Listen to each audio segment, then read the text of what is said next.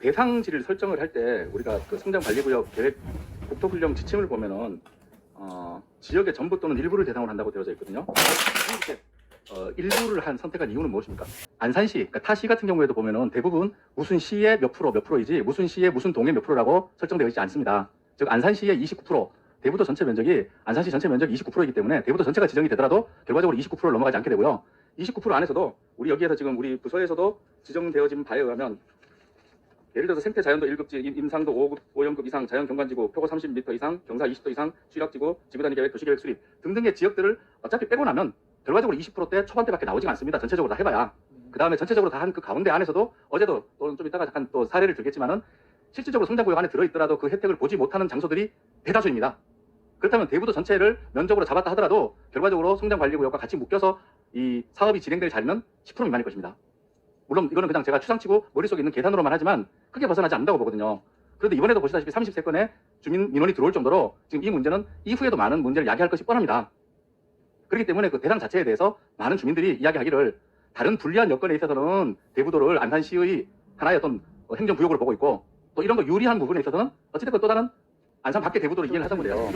면적 부분은 어차피 실상 그 지금 현재 우리 대부도 면적 자체가 단원구로 놓고 봤을 때도 단원구에 벌써 반 이상을 차지할 정도예요. 그러나 단원구는 이미 13개 동이 있지만 대부동은 4개 동인데 행정동은 하나지 않습니까? 그러니까 유리한 부분에 대한 거는 한 개의 동으로 봐버리고 불리한 부분에 있어서 자꾸 이런 적용에 대한 거를 말씀을 드리는 거죠. 그렇다면 굳이 우리 시에서 전체를 대상으로 삼아도 됨에도 불구하고 일부 특정한 자리만을 잡다 보니까 계속 이러한 문제가 지금 두 번, 세 번 계속 지금 같은 면적 부분에 있어서 그 적용 대상은 아니고 자꾸 비율 말씀하시는데 그 문제에 대해서 지금 도시 지역 안에 있는 너무나 특수한 지역입니다. 대부도 자체가. 그 부분에 대해서 우리 과장님께서 다시 한번 인식을 좀 한번 전환해 줄 필요가 있다는 생각을 자꾸 합니다.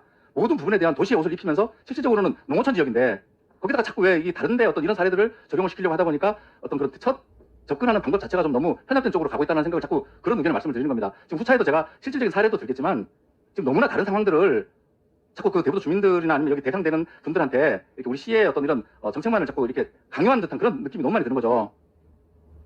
자, 그 다음 것도 한번 또 계속 질문을 드려보겠습니다. 우리 지금 조금 전에 우리 그 국장님께서 설명하실 때 보면요.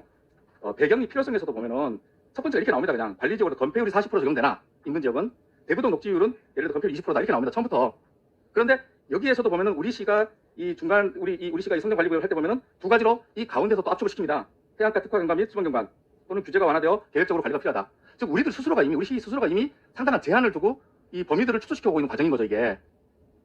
근데 이 축소시킴으로 인해서 우리 시가 더 어떤 형태이든지 이득이 된다라고 하면은 당연히 환영할 바지만 축소시킴으로 해서 더 많은 혼란의 야기가 되고 문제점을 계속 야기시키고 있고 민원들을 계속 발생시키고 있고 증가시키고 있고 향후에도 분명히 그렇게 눈에 보이는데 왜 이렇게 스스로가 자꾸 이렇게 축소를 하는지 축소해서 이렇게 해석을 하는지 그 부분에 대한 걸 자꾸 이렇게 질문을 드리는 겁니다.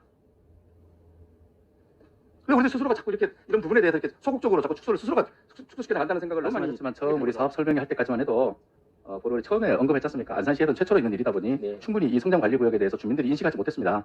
그렇기 때문에 이제 시에서 발표하는 그러한 사항에 대해서 그냥 참관했었고 그러나 이제 이거에 대해서 확인하는 과정에서 보다 보니 이 선정 기준이나 이런 문제에 대해서 자꾸 이제 이런 이견들이 나오는 거죠. 아까 조금 전에 그 과장님 말씀 중에도 왜 이 구역만 하고 이 구역은 안 해주느냐. 결과적으로 이걸 뒤집어 놓고 보면은 대부도 전체가 대상이 되면 이런 문제 자체가 없습니다.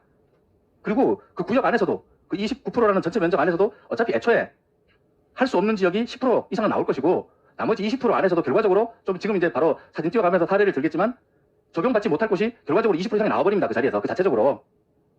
그렇기 때문에 애초에 이 대상지나 이런 문제에 대한 거를 접근 방법에 있어서 한 번 더 좀 고민이 필요했었다. 그 말씀을 드리는 거고 또 이 과정 안에서 분명히 그 많은 민원들 또는 그 안에서도 주민들 중에서도 피해를 보는 분들이 발생을 하게 되더라고요. 그래서 그런 문제들에 대한 것도 한번 좀 더 대상을 또는 조금 더 이렇게 고민을 좀 많이 해가지고 그런 부분들이 최소화시킬 수 있게끔 당부하기 위한 겁니다. 이거 마저 갈까요? 아니면 좀 이따 끊었다 할까요? 네, 추가 질의. 네, 추가 질의 하겠습니다. 네.